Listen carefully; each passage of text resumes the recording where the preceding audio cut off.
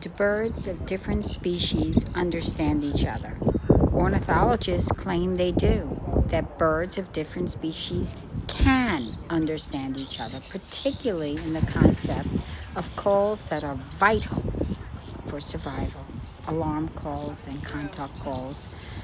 While they don't have a language like humans, interspecies communication is common. Understanding these signals provides a survival advantage for all species. There are alarm calls, contact calls, territorial calls, and anti-cuckoo calls. Alarm calls are birds will recognize an alarm call to warn of danger.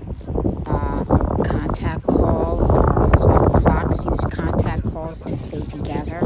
Territorial calls are just letting others know this is my territory. And anti-cuckoo calls, they recognize the alarm calls of other species that warns them of brood parasites like a cuckoo, which poses a threat to their young.